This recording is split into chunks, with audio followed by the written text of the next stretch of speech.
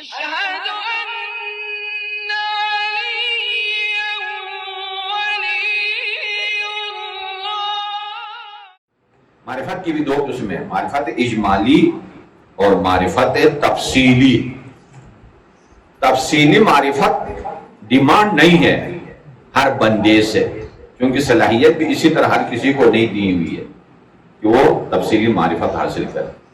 اجمالی میں اس حدیث ابو ذر غفاری میں یہ ہے کہ وہ ذات جس کے ساتھ کوئی مقابلہ کسی کا نہیں ہے، وہ صفات جس کو اللہ کی صفات ہیں، وہ خالق ہے، وہ رازق ہے، وہ مالک ہے، بس ایک پیراگراف کے اندر فضائل بتائی اللہ کے اور کہا کہ بس یہی یعنی معرفت کافی ہے۔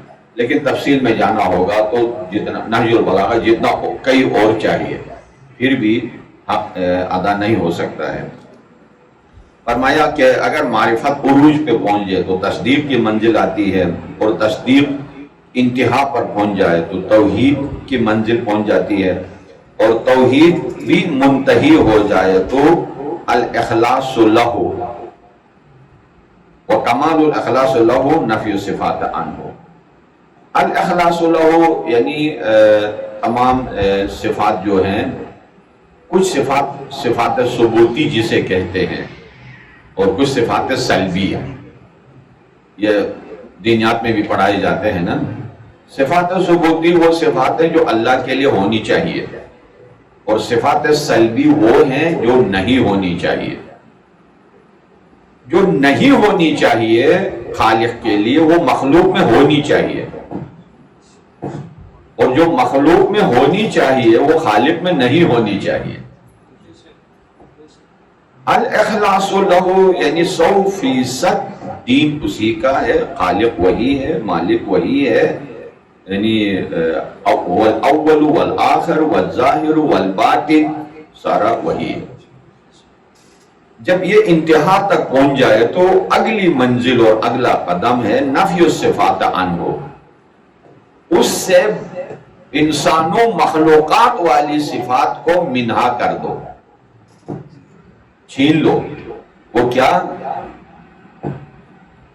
نفی کے معنی ہٹا دینا، صفات کو ہٹا دو اس سے۔ وہ کیوں؟ اس لیے کہ انسان کے اندر جو صفات ہیں وہ اس کی ذات کے علاوہ، یہاں سے بہت یعنی سنگین ہے، یعنی وہ ڈیپ ہے، ذرا توجہ چاہوں گا۔ انسان کو بھی، آپ بھی عالم عادل عاقل ہے، اللہ بھی عالم عادل عاقل ہے، آپ بھی حی ہے وہ بھی حی ہے، آپ بھی قادر ہے وہ بھی قادر ہے، لیکن کیا فرق ہے؟ انسان میں ذات الگ ہے، صفات الگ ہے، لیکن اللہ میں وہی ذات وہی صفات ہے۔ اگر اسی ذات کو، صفات کو ذات کا لازمہ قرار نہیں دو گے تو دو تو ہو گئے نا۔ آپ کے سامنے ایک آغا صابری ہے اور ایک عالم دین ہے۔ جب میں تھا تو عالم نہیں تھا، جو ہے میں جب موجود تھا تو عالم نہیں تھا، میں بعد میں عالم بن گیا۔ تو یہ بعد میں جب بن گیا تو پہلے نہیں تھا، جب نہیں تھا تو ہونے کے لیے میں محتاج تھا۔ جو فرما رہے ہیں ان صفات کی طرف کیا ہے؟ محتاج تھا۔ اگر یہی صفت اللہ کے لیے کہ ذات کے ساتھ ذات پہلے ہو صفات بعد میں ہو، تو گویا اس ذات کا اللہ کی صفات کی طرف محتاج ہونا لازم آئے گا، اور جو محتاج ہوتا ہے وہ ممکنات میں ہوتا ہے، واجب الوجود میں نہیں ہوتا۔ تو جو ہے تو اسی لیے کہا کہ نفی الصفات عنہ، کون سی صفات نفی کرنی ہے؟